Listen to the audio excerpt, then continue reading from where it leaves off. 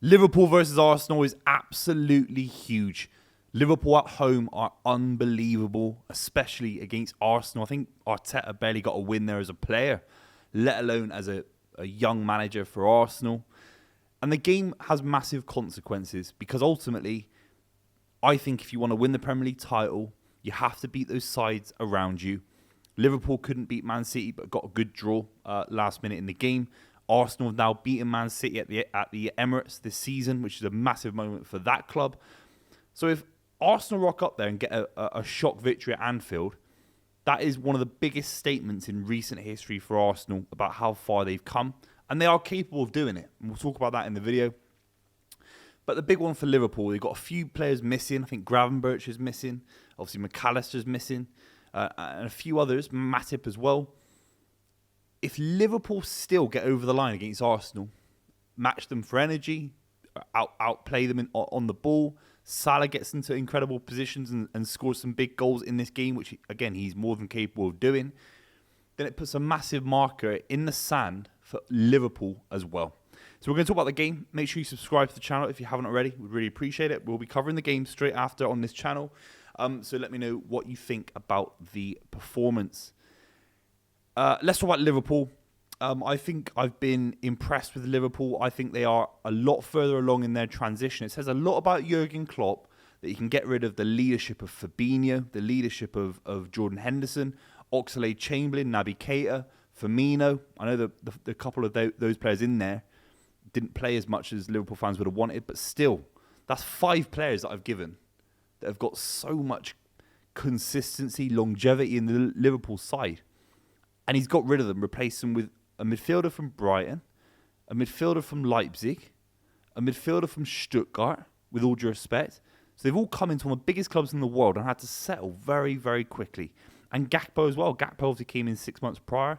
So there's a lot of new players in the Liverpool setup. Even someone like Quanza's coming through, young kids, that have had to adapt quickly. So I think it's a testament to the world-class managerial ability of Jurgen Klopp.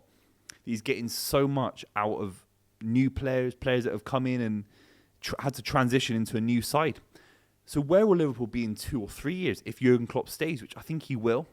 There aren't many clubs out there that can kind of get his signature, in my opinion, and give him the kind of the love that I think Liverpool can.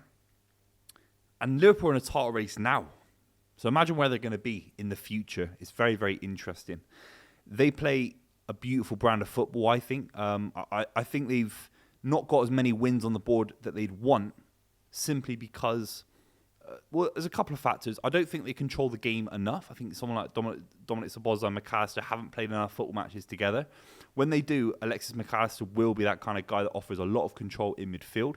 Thiago is a big example. Maybe he goes to Saudi Arabia in January or in the summer, but if you can utilise him for 6 months, Liverpool need that aspect of control in their midfield desperately, in my opinion, because end to end, they're as good as anyone. They really are, because you can play into the Anfield crowd, you can have 20 minutes of intensity, but the aspect of control where you don't lose the ball, that's why they couldn't break down Man United last week. Because they weren't able to put pressure over a sustained period of time on the Man United back line. It felt a little bit too end-to-end. Obviously, Man United had 3 or 4 chances themselves that they could have scored. So Liverpool, to win the Premier League, to beat Arsenal, it's not about showing that the front 3 will run their legs off into the ground. Because I think we've seen that now since Jurgen Klopp came in the first day. You could see the metrics of the amount covered before he came in, from Brendan Rodgers going up to him. They doubled their output in terms of distance. So that's a given. But to have that nuance in your game where you can just control the game, slow it down a little bit, make sure the opposition don't touch the ball for 5 minutes, kill their confidence in that way instead of killing their confidence, killing their opposition's confidence by running through a wall is admirable. It's dramatic. It's beautiful to watch as the neutral. Killing a side's confidence by keeping the ball and being boring, nullifying the opposition's mentality through almost boredom, fatigue. Think about the great Guardiola sides that did that to Man United in the Champions League final, where Ferdinand's come out and saying, I was just watching the ball move for 5-10 minutes at a time, didn't kick a ball. That's where Liverpool have to get better, in my opinion. The midfield control of the game is absolutely imperative to what Liverpool want to be doing. moving forward. Let's talk about Arsenal. I think they've been slightly better than Liverpool this season in terms of their all-round play. They don't have a forward player like Salah, so that's the one aspect. But I think their midfield has shown a lot more control, a lot more poise. I think their centre-backs are probably in slightly better form in terms of Saliba. Maybe it's a close debate in that regard. But Arsenal have definitely shown a lot of quality. They've shown a lot of fight back to get back into games that maybe they shouldn't. Luton comes to mind as well, Brentford. So they have a lot of resilience. They have a lot of quality, Arsenal. And ironically, I think actually both sides display limitations in their own game that the opposite side show. So I just talked about Liverpool not having enough control in midfield. I think they've got that with Declan Rice, with Odegaard. But then I want to see more explosivity coming out of the Arsenal midfield. I want to see more those big dramatic moments, the big Trent long-range effort. Salah going on a lung-busting run, a huge run. Moments of individual brilliance. I want to see more adventure from Arsenal. I think Odegaard is a great example because how many games in the Premier League era were decided, these kind of games, big games, decided by the Roy Keanes of the world, the Lampards of the world, the Vieiras of the world. And Odegaard had a big opportunity against Aston Villa, a couple of big opportunities, and he didn't score the goals needed to get Arsenal over the line. So it's all well and good saying Saka. I think Martinelli's been a little bit overrated, a little bit underperforming. Jesus got 3 goals in the league. How can that happen as your main striker in this day and age? I just don't think that's viable long term for Arsenal. But if those front three work, they click, they keep the pressure on Liverpool, push Liverpool back 5, 10, 15 yards, something comes on the edge of the box, it will be incumbent upon Odegaard and Declan Rice, even someone like Kai Havertz, to come out with big goals, not only in this game, but in future games moving forward. So I think Arsenal approaching the Liverpool game, playing their way, being a little bit dull defensively, not giving away too many chances. I think they are very pragmatic defensively. I think they're very physically robust. Ben White and Saliba, Gabriel, very, very big units, good defenders.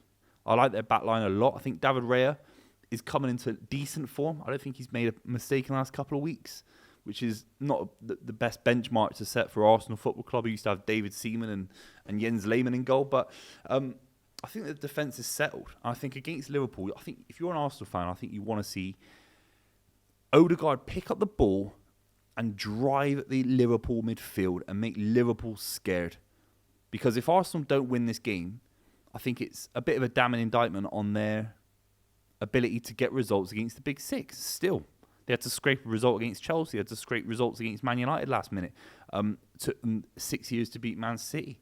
So I think Arsenal are slight favourites. I think it's a good chance it's a high-scoring draw. I think it's a unique opportunity to put pressure on Man City when they're playing in the Club World Cup final. I'll be covering that on the channel. If you haven't already subscribed, make sure you do. That's the unique opportunity right there. To get space between you and Man City and put the pressure on Man City, who have to catch up in their own right. Let me know your score predictions down below, but it's a massive opportunity for both Liverpool and Arsenal. It's a huge game.